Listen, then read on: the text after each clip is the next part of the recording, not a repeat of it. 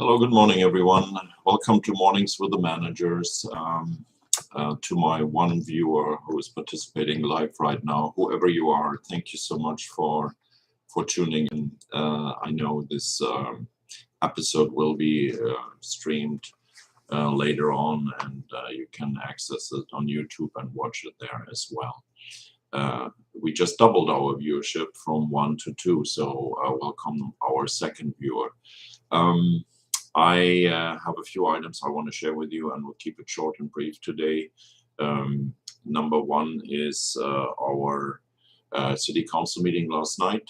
We did quite a few significant agenda reports that were approved by the city council.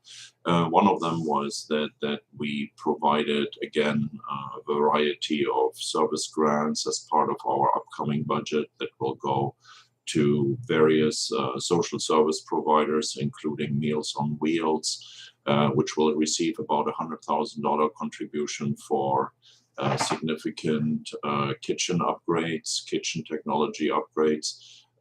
We also provide funding for interim, for gathering for women, community human services, etc. So there are about $172,000 that go to social service providers.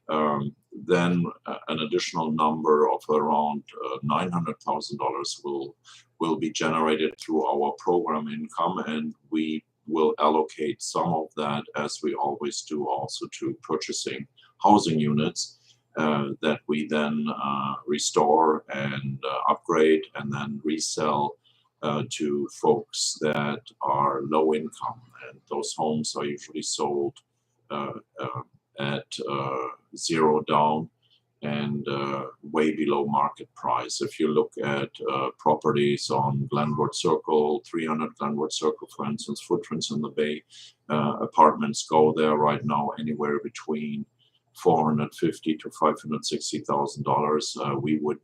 We have apartments there that we just recently returned and sold to low-income housing folks, and that is in the low 200,000s then. So we want to make sure that ownership is affordable for some of those who otherwise would be outsourced, so to speak, by the housing market. So yesterday, the council approved a variety of those individual service grants and also approved our larger scale budget. This all will then go into the large budget that the city will approve, hopefully by June. So that was an interesting milestone yesterday, and I'm grateful for the good work that the Housing Office did together with the public, because that process and determining who gets what started actually last year in November, December. With that budget, I want to share with you that next week, Wednesday at 4 o'clock, the council and the public will get a first impression of where the numbers are for the city of Monterey. And I've talked about this before, but it doesn't hurt to remind everyone, yes, our tourists are back. Tourism numbers are very, very strong. We're very pleased seeing the hotels being full again, learning also that the hotels are able of charging pretty steep rates right now and actually receiving those rates as well. And also corresponding with all of that is higher sales tax. But what you also see is that basically those returns of the budgets do not coincide with extra money here on the city side. What we have made up, though, is the budget hole that last year we fixed with $6.5 million of federal funds.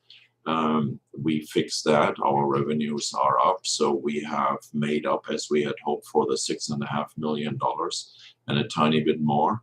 But keep in mind that that money that we made up pays for the current way of our operation. And of course, you have now, for the next fiscal year, interest expressed by various groups of staffing up again here in the city. And you hear also residents asking to have certain other services restored.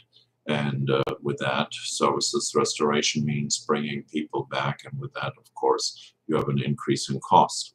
The other element that makes the budgeting more tricky this year is also that, like you, we have increased cost in operating. I give you two numbers. You see us striping crosswalks and T-bars for parking. This is white paint. This white paint, number one, is an extremely short supply. There are weeks or months where we do not even have that paint in our inventory. And the cost for this paint went up from about $23 to $26 a year ago to now around $47.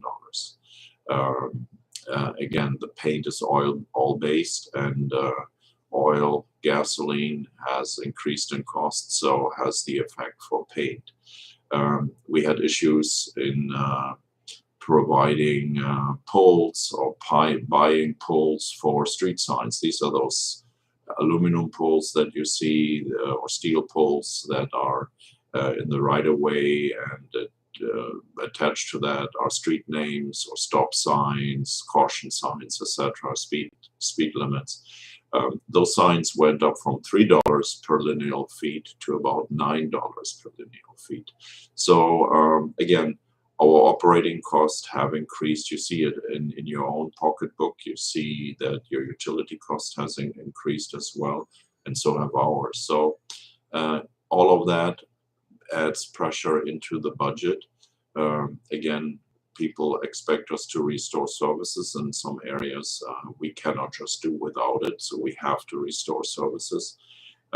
We have to make sure that our employees have the right tools and the materials to fix street lights, to replace street signs, etc. So those costs have increased substantially for us.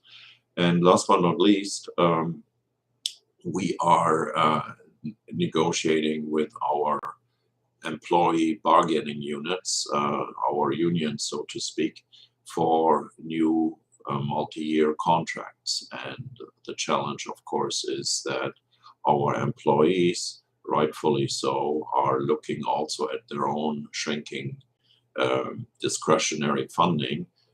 Like you, they struggle with significant rent increases. Like all of us, they are struggling with going to the stores and confronted with shrinkflation. You know, you have the same price, but you have less quantities in those boxes that they are selling. So utility costs have gone up as well for all of our renters and homeowners, and it has become very difficult for us.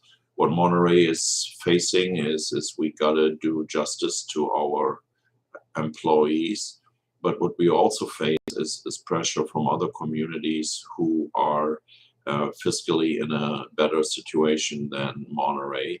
And again, that is not really their fault or their merit. It is part of the federal help that was provided to different communities.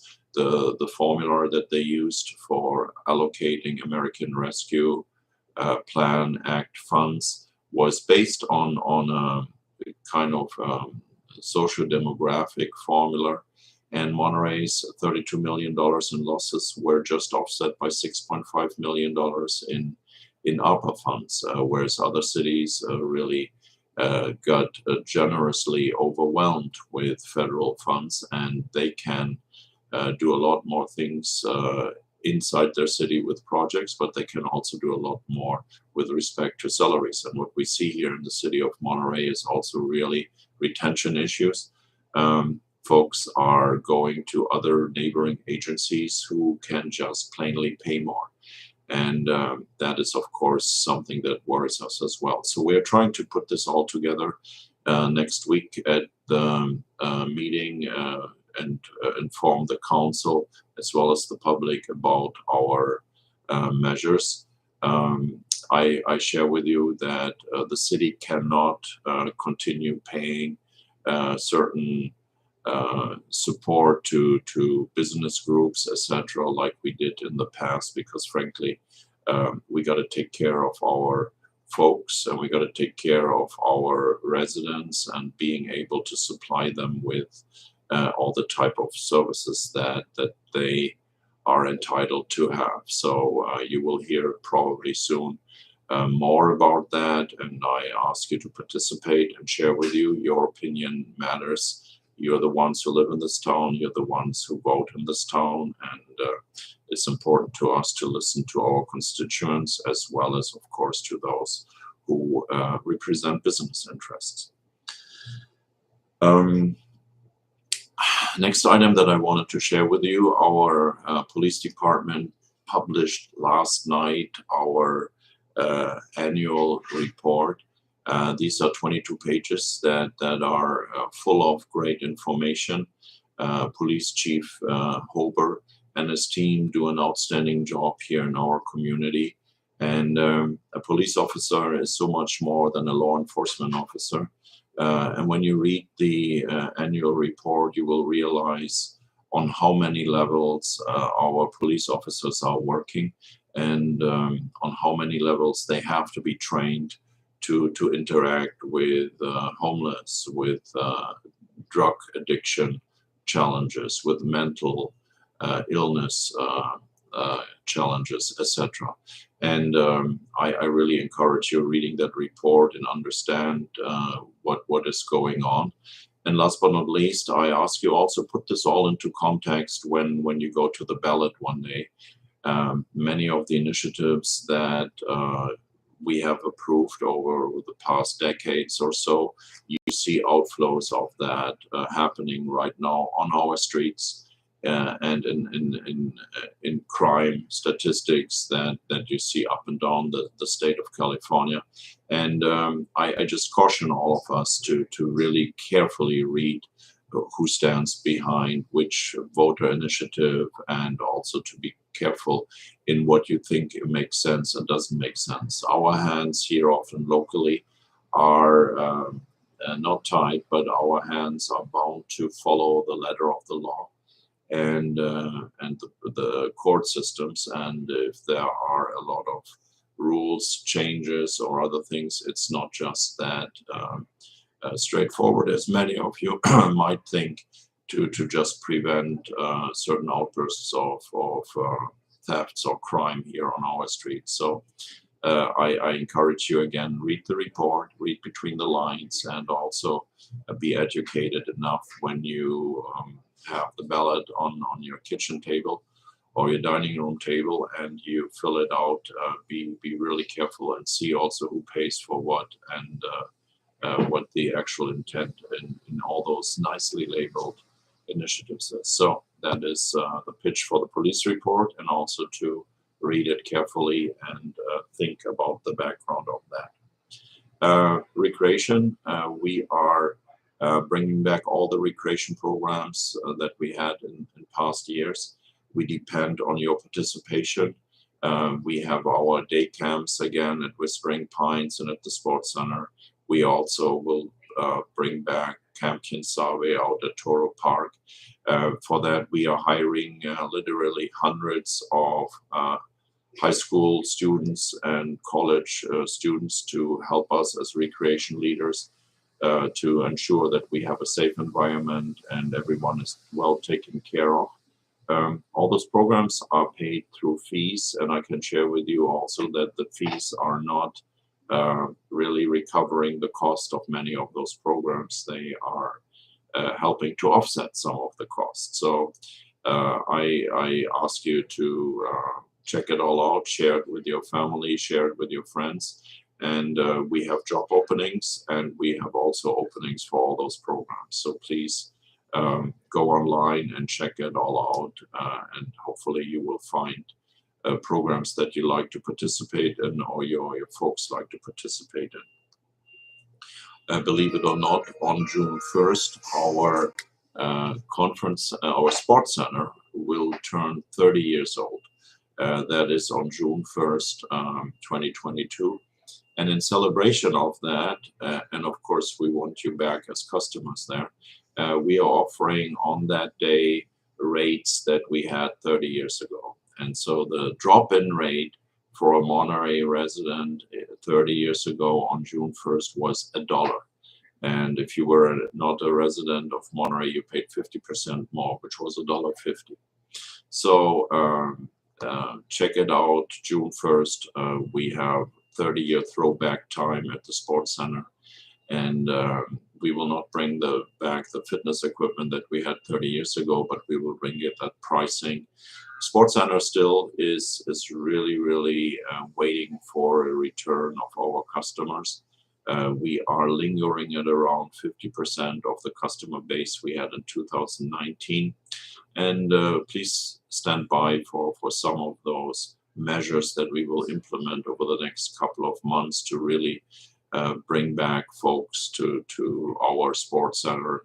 There's no one like that on the peninsula where you can have fun as a family. And we have all the relevant fitness equipment, we have all the classes, and we have also 2 different pools where a lot of folks can just enjoy a jolly good time with their kids. So speaking about the Sports Center, we will also need to invest money into capital improvements there. There are a bunch of big ticket items, and we will also, over the next months or so, figure out how we invest probably something like $2.5 million in restoring some of the key functions of the Sports Center as well. So again, June 1st, 30 years of the Sports Center. Last but not least, I wanted to close that out. Last night, the council also spent some time to discuss public banking. Public banking is a concept that is brought forward by some interest groups here in mainly the county of Santa Cruz, and to a degree also here in the county of Monterey. And the idea behind public banking is that local agencies combine their savings accounts and put it all into a newly formed public bank. And then this public bank would be operating under the oversight of a new formed public agency. And they would be able to allocate funding for various projects out of those funds that were pooled from various agencies. So in essence, with respect to the city of Monterey, we have bank accounts, we have reserves. I've spoken about them a couple of times. Those monies would be allocated into those public banks, and then this money would be invested somewhere in the area of influence of that particular public bank. This is an effort that spans from Santa Cruz County to Monterey County to San Luis Obispo County and Santa Barbara County. And so the idea is to have all those agencies pool their money and build this powerful public bank. There are a lot of pros and cons for us as government professionals. It's a very uneasy feeling to allow others to discuss how they would spend our money that belongs rightfully to the taxpayers of the city of Monterey. Imagine if our Fund for Economic Uncertainty gets invested in a project that goes south, and we need money for our own purposes here. There will be probably provisions to recover that, but what happens if the monies go south on a wide scale and you cannot get your money back? So it goes at the heart of how should we fiduciary responsible maintain our reserves. The council in the end did not go full blast in supporting this. The council voted 3-2 to express interest in this, but they didn't allocate funding and they did not indicate support for that. So as far as the council went, they expressed interest in looking at public banking, but that is not supporting public banking, and also doesn't mean that there will be right now any funds allocated towards that study that is being hopefully launched according to those proponents in the next couple of months. Interestingly enough, of 35 cities and counties, only 10 have actually signed up and are willing to financially support that. Monterey is not yet one of those. And that is all what I wanted to share with you today. I hope everyone is doing fine out there. We monitor the COVID situation like everyone else. The numbers in the county of Monterey are really very good. I shouldn't say very positive, they are very good. And we will remain vigilant, as I promised you multiple times, in following all that, and hopefully do the right measures that help us to still continue prioritizing public health. So with that, I want to thank you all. Let me give you one more hint. 4th of July, we are planning on bringing back the celebrations around Colton Hall. We are working right now to attract the musical guest. We are also trying to do something different on Pacific Street, adjacent to Colton Hall. We will probably not have bounce houses there and all the other types of entertainment, but we try to maybe have a variety of food trucks there that can offer their services for those folks who just bring a blanket and a chair and want to buy food here. So we are planning for the 4th of July, and I also understand that Old Monterey Business Association is looking into the 4th of July parade. So fingers crossed, let's hope we can have a good 4th of July here again, and we all see each other there.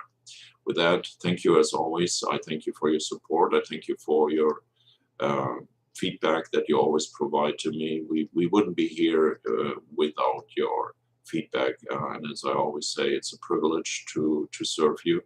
And as I always remind our employees, we are public servants, and that's our #1 priority, to serve all of you. Thank you so much, and have a wonderful day.